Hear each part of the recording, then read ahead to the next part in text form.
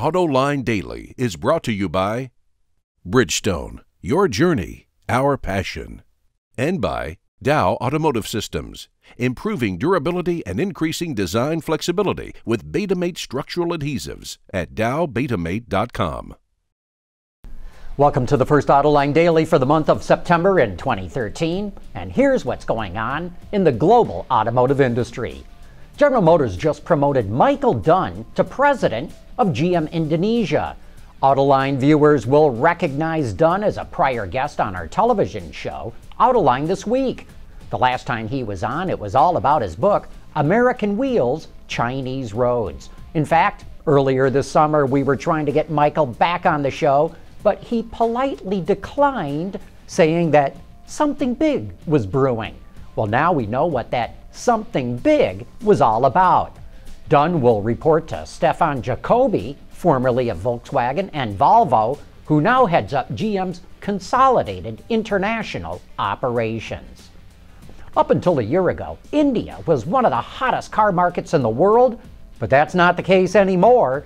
Ward's Auto reports that automakers and suppliers just laid off 5,000 temporary workers due to slow sales.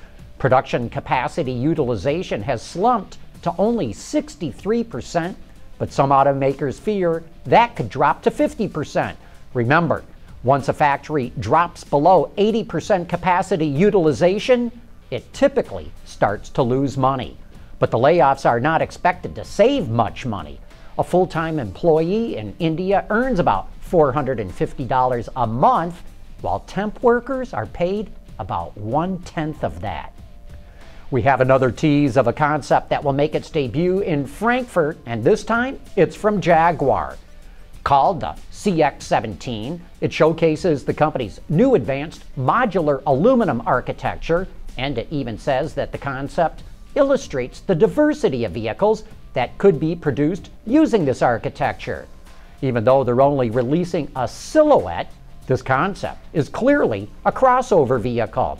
You know, when Jaguar and Land Rover merged, they said Jaguar would only produce cars while Land Rover would only make SUVs, and they would share the same dealer network. So the question is, where does a crossover fit in that formula? And you know, that makes a great topic for a new poll question. Should Jaguar be allowed to sell crossovers, or should that be left to Land Rover? We'd love to know what you think, so just vote in the box below today's show notes. Finally, others are starting to say what we've been saying for nearly 4 years. Fleet sales can be quite profitable for a car company. Back when the Detroit 3 were burdened with overcapacity and relied on fleet sales to keep their factories open, fleet sales were a money-losing proposition for them. Bloomberg reports that fleet sales account for 19% of total sales and represent a $65 billion business in the American market. It says that 13% of sales at Chrysler go to fleets, 11% at GM, and 10% at Ford. As one fleet executive at GM once asked me, if one of your customers wants to buy 20,000 vehicles from you, why would you say no? You know, we here at Autoline have never been much of a fan of the smart car because the way the transmission shifts. It's horrible. Every shift feels like someone's tapping the brakes.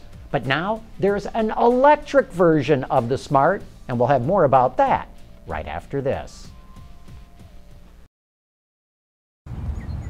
Here's one of the great things about the all-around performance of our Jeweler tires. Excellent traction. Do you need a ladder? Yes, I do. Okay. At Bridgestone, our passion for performance knows no bounds. Daimler recently introduced the new electric version of the Smart fortwo. While it still looks the same, underneath, the car is all new. The powertrain in itself, this is an in-house, smart Daimler designed package. So it's the battery, it's the engine, the propulsion, the whole driveline is in-house. It was done by Daimler. The last car was a Tesla product. This is an all Daimler, all smart designed and engineered vehicle. It's faster, it has more horsepower, so it has 74 peak horsepower. It has 96 pound-feet of torque. It has a top speed of 78 miles an hour. So in every single metric, every single possible performance measure, it is better. It has a range of 76 city miles, combined 68, Highway 59. So this car, when you get in it, it's like a rocket compared to the old car. It's quicker, it's smoother, it's just a better all-around product. Overall, the car performs well and is pretty fun to drive around the city.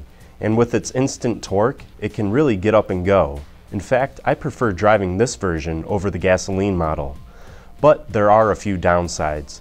Not surprisingly, it's fairly small inside, but that's not the biggest problem with the interior. It's kind of cheap looking. The cloth and the plastic along the dash both look inexpensive, and the infotainment system and its graphics seem a bit dated, and the brake feel is awkward as well. With a starting price of $25,000, this is the lowest cost EV available in the US, and that doesn't include the $7,500 federal tax credit for EVs. The company also has an offer that allows the customer to rent the battery separately, which comes with some unique features. If you get Battery Assurance Plus, either as a purchase or as a lease, you're getting a full transferability, a 10-year replacement value on another battery, free maintenance once a year for the life of, for 10 years, and you're going to improve your resale value. On the leasing side, if you get Battery Assurance Plus, you get a substantially better offer from Smart USA and your local Smart store of $139 per month with $19.99 down. That $139 per month includes the Battery Assurance Plus. On the retail side, we take a reduction on the list price, and you're getting a $5,000 discount of the MSRP, whether it's a convertible or the coupe. You get $5,000 off, and then you sign up for the $80 a month. Currently, the Smart Electric Drive is only available in the 8 zero-emission states, but by the end of the year, Daimler hopes to have it on sale across the country. Well, we'll have to see if this helps Smart sell any more cars, because that brand has been struggling forever. Say, earlier in the show, we covered the new Jaguar crossover that will debut at the Frankfurt Auto Show. Well, we're going to that show too. So join us next Tuesday at 1 p.m. Eastern Time when we will be webcasting from the floor of the show, and you can watch it all at www.autoline.tv. And that wraps up today's report. Thanks for watching. We'll see you tomorrow.